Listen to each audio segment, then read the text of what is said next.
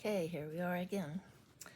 I have just a little bit more to finish, and then I'm done with the binding. So, I am going to get my little finger protector. I have my thread.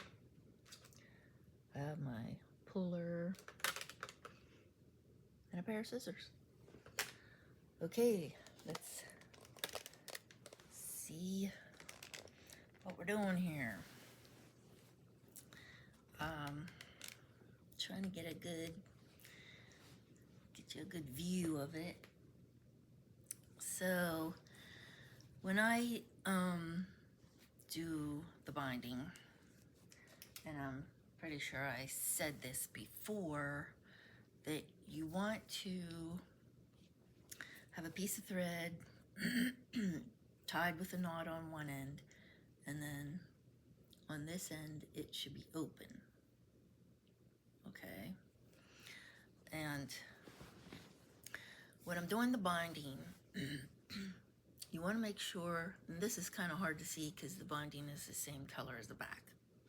I used the same fabric, so it is harder to see, especially since it's black. But I have my thread in here, and when you're putting your needle in, you want to put it right at the base of the binding edge, but you also want to make sure it's below the seam line where we had sewed on the other side. So if it's not, push it down, pull it down below the seam line, and then put your needle in between the layers of fabrics, because you don't want it going through to the other side, or you're going to have a black stitch right here in the pink area, and you don't want that. So I'm always checking before I pull my needle through to make sure there's no stitch or you can't see your needle, because if you were through all the fabrics, you would see your silver needle right here. So you want to be right below the seam line and then pull it through. But make sure your edge of your binding is just right below it. And then make sure your needle is through the middle of the fabrics and it doesn't come clear through to this side. So that's why we call it a blind stitch, because it's hidden. Okay. Doing binding is easy. It's not a lot of stress, say, on your thumb and hand at all, because it's not as, see right there, I don't know if you can see the needle. See, I put it clear through, and you can feel it too because it feels thicker on your needle. But you want to take it back out, and then see, there's no needle showing through. But it's, I lost my thread on that one. Okay, I will have to put it back in the thread hole. All right, so it's, what was I saying? It's easier on your hand because you don't have all the fabrics that you have to go through when you're quilting. And so it's actually very calming for me to do the binding. I do like doing binding because it's a finishing of the quilt, and then you have something to show for all your hard work. See, I keep checking the other side. I do this, if you have a fabric that's the same color, you don't necessarily have to be so particular because you're not going to see it, but you still want to make sure you're trying to keep it in the middle of the fabrics. See? So that's my last pin that I had to remove. But yeah, I always pull this down a little bit with my needle to make sure it's below the seam line so that I'm not up in the seam line, and it's just has to be right below it. It doesn't have to be, you know, too far for you to cover the seam line, because you don't want your seam line shown.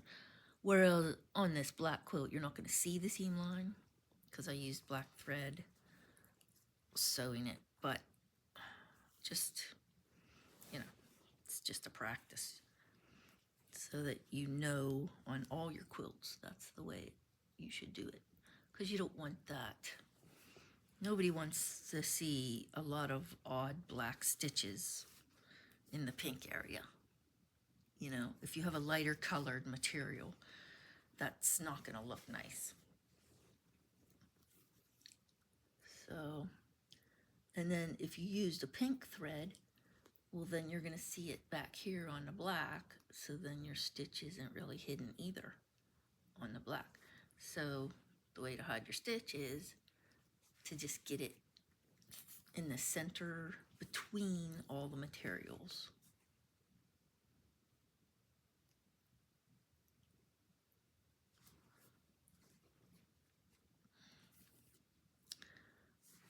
So here I have a few more inches to go.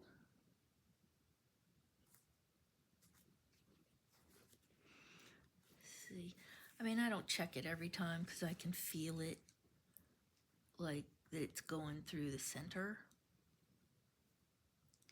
And you want to keep your stitches fairly close together so that it doesn't have a pucker between your stitches.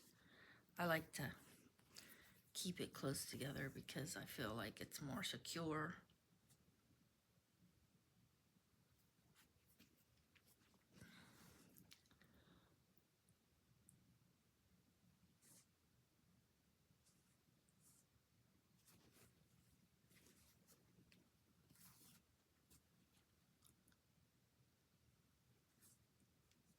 Sometimes it feels like there's more fabric there than you're going through, and so I have to double check it, but for the most part, I can feel that it's not going through to the other side. And you have your finger there too, but sometimes with this kind of stitching, you don't feel the needle exactly, but you'll feel the fabric tends to feel thicker or stiffer on your needle. Like you'll feel more fabric on your needle when you're putting it through the material. So that's kind of how you can tell, you know.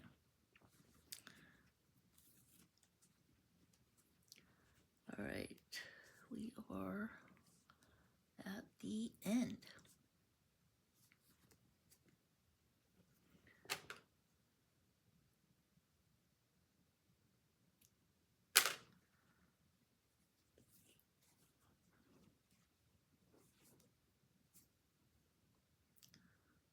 So I am going to take a stitch here and put my needle through that stitch to secure it. I'm going to do that a couple times. When you do that, you want to check and make sure you don't have your needle clear through the other side either. Keep losing my thread. So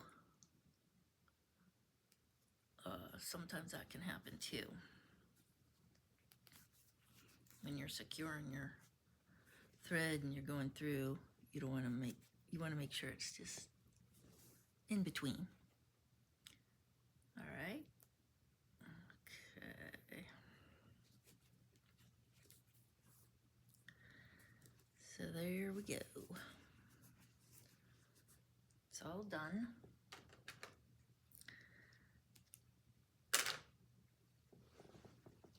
Now I'm going to show you the finished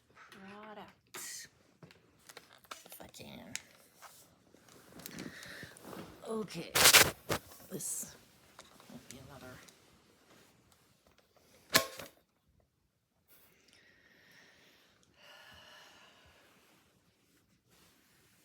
So, I have my hoop on this, if you can see it, because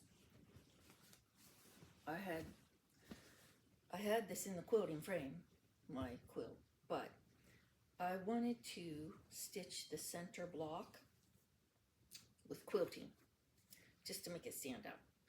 So I did the little triangles around the edges of the border. I quilted around each of those triangles. So I just felt like I wanted to do the center block. I don't know that it stands out.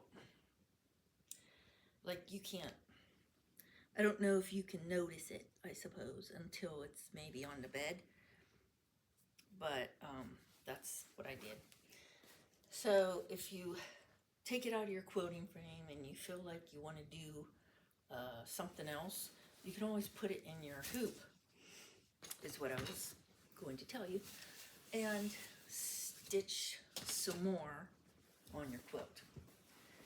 So here is the quilt. It is knotted mostly in the center, and then I quilted around the borders and the little triangles on the edges. So this is the back.